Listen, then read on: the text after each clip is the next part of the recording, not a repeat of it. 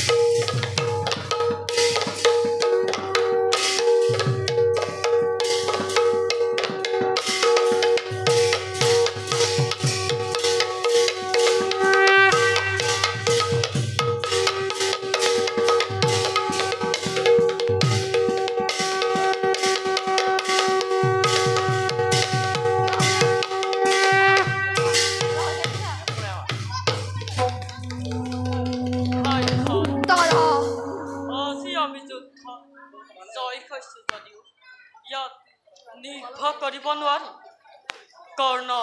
অখিম প্রতাপিত জয় বীর আজি রণত হারি গৈছে বুলি কৌরবর শক্তি সন্দেহ কৰাটো ভুল হব ভাইহঁত নহব চিন্তিত বিভীষিকা পহেলিকা আহি মোক বুজে অস্থি কৰে কোনো সময়ত সেই বুলি নহওঁ কাতৰ কৌৰৱৰ যিমানেই শক্তি থাকক শেষ ফল আমাৰেই শুভ হ'ব বুলি মোৰ ধাৰণা দাদা সেই ধাৰণাকে মনত লৈ ময়ো কৰিছিলো যুদ্ধৰ আহ্বান কিন্তু দুখ লাগে মাজে মাজে অনুতাপ হয় মনত নিজ বংশ নাশ কৰি এয়া মই কি কৰিছো দাদা ধৰ্মৰাজ ভাই নোহেতু হুকৰ সময়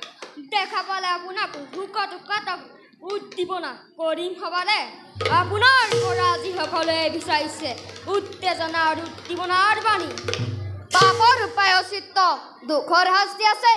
তাত বেদৰৰ কথা কি আছে দাদা দুৰ্যোধনৰ বাহিৰে আন কোনেও সিমান দুখ বা পাপ কৰা নাই সহদে দাদা যদিও কৰিছে ৰজাৰ ঐক্যতাই কৰিছে ৰজাৰ ধৰ্মকে নিজ ধৰ্ম বুলি পূজা স্বৰূপে কৰিছে অধৰ্মী ৰজা ভাৱ কাৰ্য কোনো জ্ঞানী আৰু ধাৰ্মিক লোকে অনুমোদন কৰিব নোৱাৰে দাদা নোৱাৰে আংশিক সঁচা ভাই কোট মন্ত্ৰণাকাৰী আপুনি এই বিবাদৰ গুৰি এই যুদ্ধ পুৰুষিত অভিমানী দুৰ্যোধনে তাৰ কথা শুনি এই যুদ্ধত জাপ দিছে যিমান দিনলৈকে আপুনি জীয়াই থাকিব কিমান দিনলৈকে যুদ্ধ চলি থকাটো সম্ভৱ বাৰু মই এতিয়া আহোঁ দাদা যোৱা ভাই তোমালোক ক্লান্ত ভাল দাদা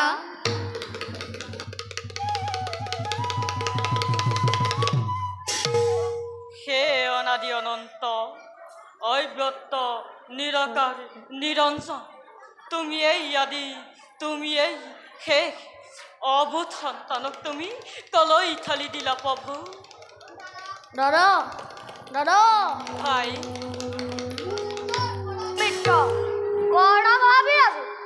যুদ্ধ ক্ষেত্ৰৰ পৰা প্ৰাণ লৈ পলাল দাদা শুনিছো ভাই অতি আনন্দৰ কথা এই পলায়নৰ পুৰস্কাৰ স্বৰূপে দুৰ্যোধনে কৰ্ণক আগতেই অংগনে কৰিলে পৰাণ কিন্তু দুৰ্যোধনৰ ধৈৰ্য প্ৰশংসা নকৰি নোৱাৰি দাদা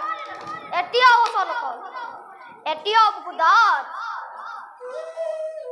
মানুহ স্বৰূপে ৰজাৰ স্বৰূপে দুৰ্যোধন দুখী হলেও ক্ষেত্ৰীয় স্বৰূপে পুৰুৰাজ যথাৰ্থ বীৰ এই বীৰত্বৰ যাব দাদে বকুৰু কমিব কেনেকৈ ভাই মোৰ গদাৰ স্বৰূপে বিশ্বাস কৰোঁ তোমাৰ পচন্দ শক্তি গুৰুপতিৰো কিন্তু অটল বিশ্বাস কৰ্ণৰ ওপৰত অযোগ্যতাত বিশ্বাস স্থাপন কৰা নাই ফাল্গুনী হ'ব পাৰে অযোগ্যজন কিন্তু এইদৰে পলাই থাকিলে এই বিশ্বাস আৰু কিমান দিন থাকিব মোৰ ধাৰণা হৈছে এইবাৰ কৰ্ণই ৰুদ্ৰমূৰ্তি ধাৰণ কৰিব কুৰুক্ষেত্ৰই বীৰেই পৰাজয় কলংক সহ্য কৰি থাকিব নোৱাৰে অৰ্জুন মোৰো সেই ধাৰণা ভাই তাৰ বাবে চিন্তা নাই জানা যদুপতি আমাৰ সহায় যদুপতিয়ে কি কৰিব সখা তোমাৰ হাতৰ পৰা গান্ধীক আৰু দাদা বিকুদাৰৰ হাতৰ পৰা গদালৈ যুদ্ধ কৰিবৰ পৰা শক্তি যদুপতি এতিয়াও হোৱা নাই বাৰু কুৰুক্ষেত্ৰ যুদ্ধত অস্ত্ৰ নধৰো বুলি শপত খাওঁনে যদুপতি দাদা তুমি নিৰস্ত হ'লেও তোমাৰ অসীম শক্তি এই ঠিকনাই আমাৰ পঞ্চম ভাতা আৰু সেনা সেনানীকো শক্তিশালী কৰি তুলিছে দাদা হয় দাদা মোৰ সিমান শক্তি থকা হ'লে জৰাখণ্ডৰ ভয়ত তোমালোকৰ কাষ নাচাপিলোহেঁতেন বাৰু সেইবোৰ বাদ দিয়া বৰ ভাগৰ লাগিছে বিশ্ৰামৰ আয়োজন কৰা আহা যদুপতি ময়ো বিশ্ৰামৰ আয়োজন কৰোঁ ব'লা যদুপতি আমিও শান্ত ভীমাৰ্জুনে কৰ্ণৰ লগত যুদ্ধ কৰি ক্লান্ত হোৱা আৰম্ভ কৰিছে যদুপতি আজি ক্লান্ত কাইলৈৰ মূৰ্ছা পৰহিলৈ যদুপতি অৰ্জুনে কৰ্ণৰ লগত যুদ্ধ কৰি মূৰ্ছা নাযায় যদুপতি পলৰীয়া অধিৰথ সুত সিন্ধুপুত্ৰ জয়দ্ৰথ কোনো গুণহীন নহয় দাদা বলৰীয়া অধিৰথে বিকুদৰৰ চেতনা বিলুপ্ত কৰিব নোৱাৰে মাধৱ অৰ্থাৎ হীন জয়দ্ৰথে গদাৰে আঘাত কৰি বিকুদৰক মূৰ্ছা নিয়াব পাৰে ৰাম দত্ত বিজয়ধাৰী ধনুবানেৰে তেওঁক মূৰ্ছা নিয়াটো অসম্ভৱ কথা নহয় দাদা অৰ্থাৎ বিজয় অজয় মই একোকে নামানো দাদা নগৰু একোকে বিকট আঘাত পৰে ইমাৰ কথা ভৰি যাব হয় দাদাৰ দেখোন অলপ কথাতেই খং উঠে নহয় কৃষ্ণ মোৰ ঘৰৰ কথা বুজিলোঁ দাদা বিকুদৰ অলপতে মূৰ্ছা যোৱা বিধৰ বি নহয় কিন্তু সখাতে সন্দেহ আছে কাৰণ তুমি প্ৰতিবাদ কৰিব নোৱাৰিলা প্ৰতিবাদ নালাগে মোক মুৰাৰী যুদ্ধ লাগে জয় লাগে প্ৰতিদ্বন্দ্বী লাগে ৰাম দত্ত গুৰু দত্ত থাকক কৰ্ণৰ হাতত মোৰো আছে দেৱদত্ত গান্ধীক পুতি অতিকে আকুলিছে অতি তৃষ্ণাটো ঘনে ঘনে বিচাৰে কৰ্ণৰ ৰুধিৰ মোৰ ৰাতি পুষ্পকান্ত উত্তপ্ত নহৈছে মোক লাগে বুকুৰ অমিত সখা সেই সময় অতিকে সমাগত ব'লা কালিলৈ যুদ্ধৰ বাবে আমি মন্ত্ৰণা কক্ষত কৰোঁগৈ আলোচনা ব'লা যদুপতি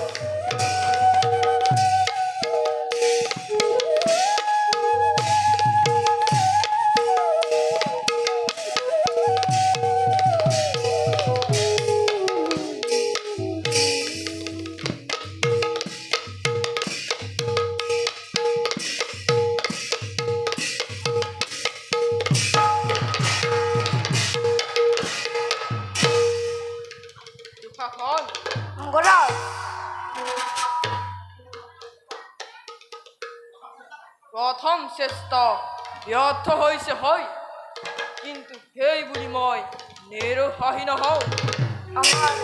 অজস্ৰ সৈন্য নিধন হ'ল অংগৰাজ স্বীকাৰ কৰিছোঁ ভীষ্ম দুৰ্ণয়ো সৈন্যনাথক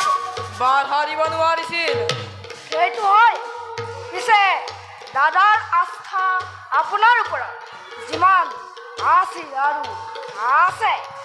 আন কাৰো ওপৰত ইমান আছিল অংগৰাজ মাত্ৰ সন্মান কৰি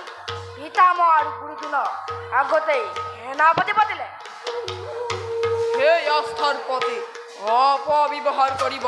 খোজা নাই দুশাসন জানো অংগৰাজ আজি হাৰিছো বুলিয়েই চিৰদিন নাহাৰো আজি সৈন্য নাশ হ'ল বুলিয়েই চিৰদিন হ'ব নোৱাৰে পাণ্ডৱৰ লগত কৌৰৱ হাৰিবলৈ হ'লে আমাৰ জন্ম ধাৰণ কৰা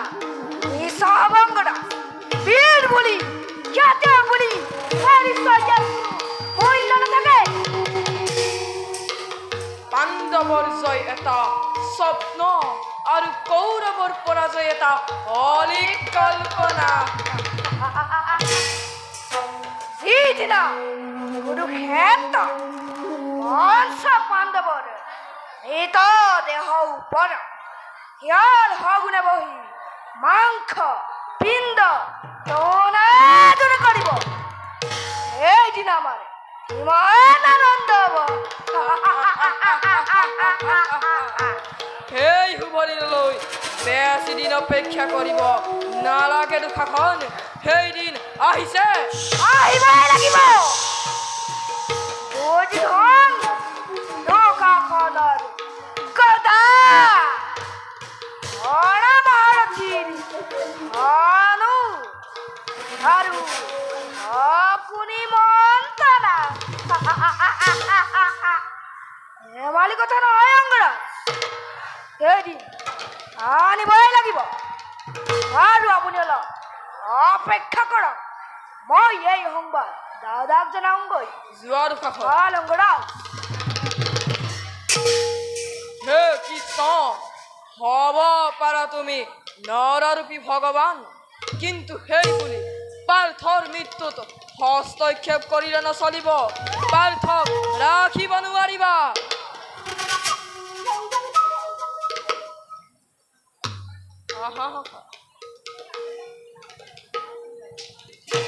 পাণ্ডৱৰ পৰাজয় বাৰ্তা শুনি সুখী হলো তিৰস্কাৰ নকৰিবা সখা তিৰস্কাৰ কৰা নাই সখা তোমাৰ গুণানুকীৰ্তন কৰিছো সখা কি কৰ্ণ এতিয়াও জীয়াই আছে এটা সামান্য কুৰু বাহিনীও বলৰীয়া হৈ প্ৰাণ ধাৰণ কৰিবলৈ লাজ পায় মহাৰাজ লাজ পায় গুৰুপতি ই আজি কেনে ব্যৱহাৰ কৌৰৱৰ শ্ৰেষ্ঠ সেনাপতি বীৰ অগ্ৰগণী মহাৰথী কৰ্ণৰ যোগ্য ব্যৱহাৰ গুৰুপতি কৰ্ণক অসহ্য নকৰিবা ক্ষিপ্ত নকৰিবা ভগৱতী দেখুৱাবলৈ মোক নাৰী জ্ঞান কৰিছা জানো জানো তুমি মহাৰাজ প্ৰচণ্ড প্ৰতাপী নোহোৱা ৰমণী অসীম ঐশ্বৰ্যশালী তুমি গুৰুপতি নিঃসহায় নিধুনী সত্য কথা অযাচিত কৰিছিলা ৰাজ্য দান কৰিছিলা মণি মুকুতা দান কিন্তু কৰ্ণই নকৰে সহ্য এনে অপমান তেন্তে দুৰ্যোধনে ক্ৰোণ পানে সহিব পাৰিব এনে অপমান কি অপমান পৰাজয়ৰ অপমান কৌৰৱৰ হেৰাপতি পলায়নৰ অপমান ঘাতে আলোচনা বনবাসিনী পুনিত জানে কি চাই ৰণ পণ্ডিতৰ ভিত হল কৌৰৱৰ বিৰাট বাহিনী পুত্ৰ চাকে প্ৰাণে লৈ তেজী অসমৰ ভিক্ষাৰীৰ তিৰস্কাৰ বিদ্ৰুপৰ বাণী দুৰ্বলী নেনে অহংকাৰ কোন প্ৰাণে ভাৰতৰ একচ্ছত্ৰীয় অদৃশ্বৰ হৈ অম্লান বননে আজি লমিৰ প্ৰতি মহাৰাজ নালাগে নালাগে আৰু স্পষ্ট নহয়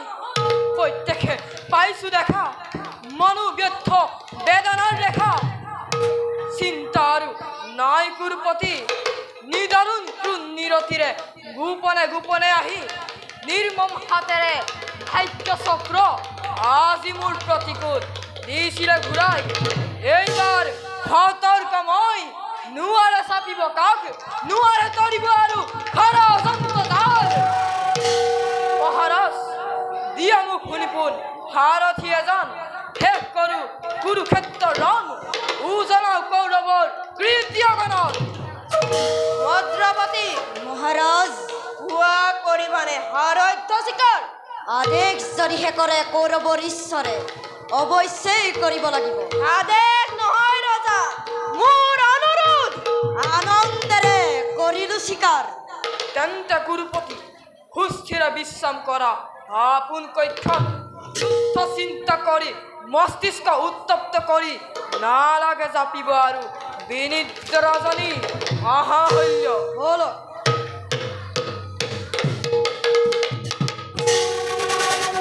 প্ৰবল বেগেৰে আজি ধুমুহা বলে